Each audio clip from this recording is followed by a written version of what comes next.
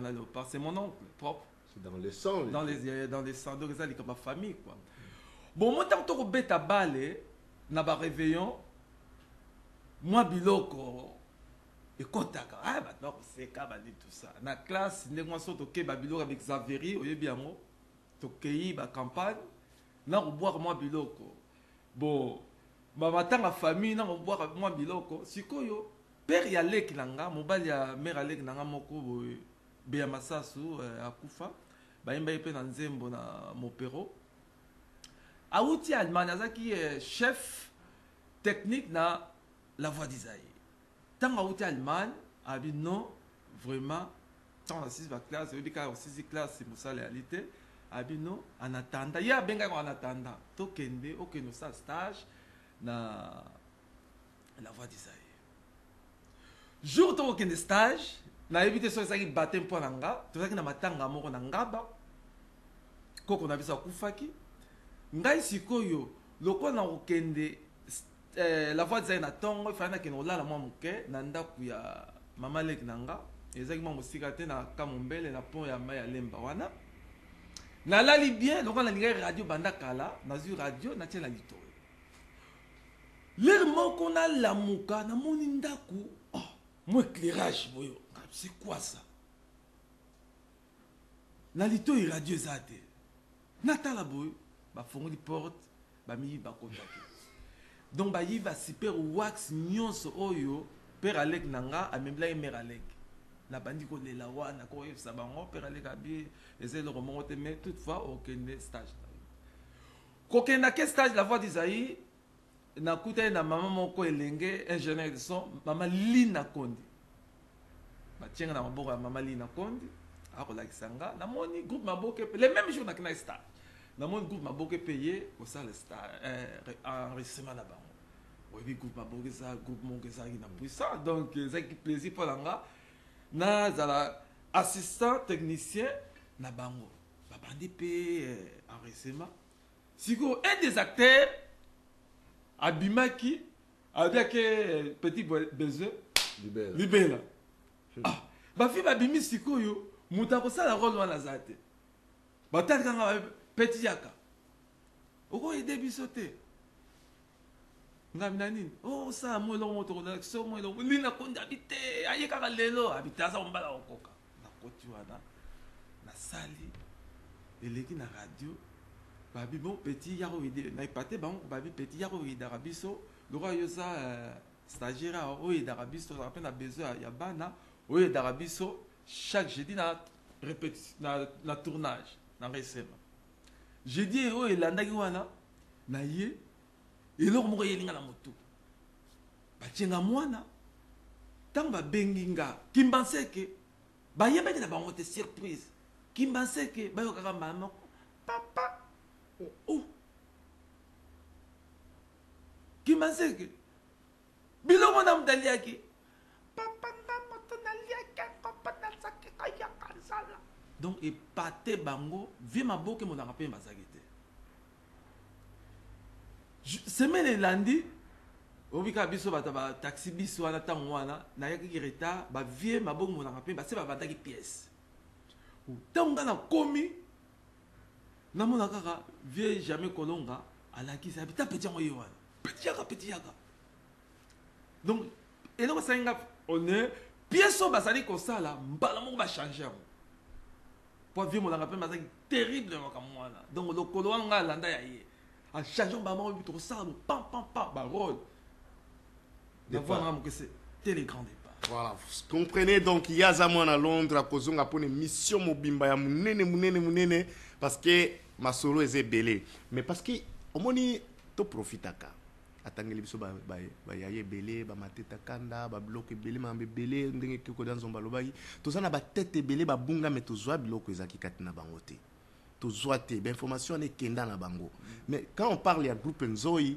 mutaki ko pesa la biso li solo pena ninga ibandaka azali awa yo lelo vraiment aider biso mke pour tout na penda ba biloko moko o ezali caché ba originalité ba point moko mike pour ça na tuna on a koko dans zomba ko lekisa ngona timidité mais yo ko pesa biso histoire na vrai ndenge ezali groupe o wana nzoi ya la et banda ndeni parce que yo soza censé au détenir secret wana Ok. Au moni tangu ba yeko ma groupe maboke. Bon, ça va problème ngana yebi mais mon a dévoilé moi ça ba bomi groupe maboke. Ba sur le groupe Salongo a combiné télévision et radio. Au monde il y a une grande différence radio et télévision dans le domaine. Bon bango et ça les na bango na radio et ça qui m'a dit trop. Donc na radio c'est les shows. Donc il faut bouger. Bon, tout ça, on a vu Nabiso Mongoboy à Koufa, avec chef Nabiso à section, Vieux Michel, Mbon Mabel en son monnaie, grand reporter, il y a un match, tellement ça, il peut dire, trop, 40 ans, tout ça, René, mais na télévision, na radio, peut-être aussi mbaté. Donc, et ça, ma solo, Carabi, na nuit, tout mécanan, ceux qui, comme ça, ça ni concours, total, là, au barrozois, il y a un rosa moutakala, au encadrement. Non, ils a bien. Le comité va se faire, bon, balancer, communiquer.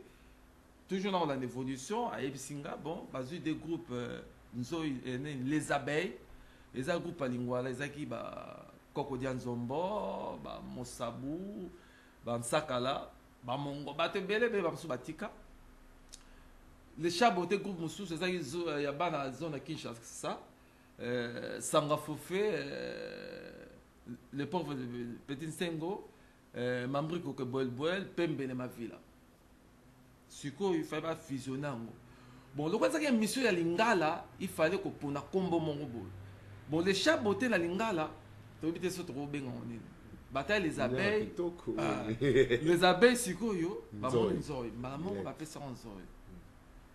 Ah bon, groupe, comme on dit, ok, tout ça là, ngai na yoka bango na radio.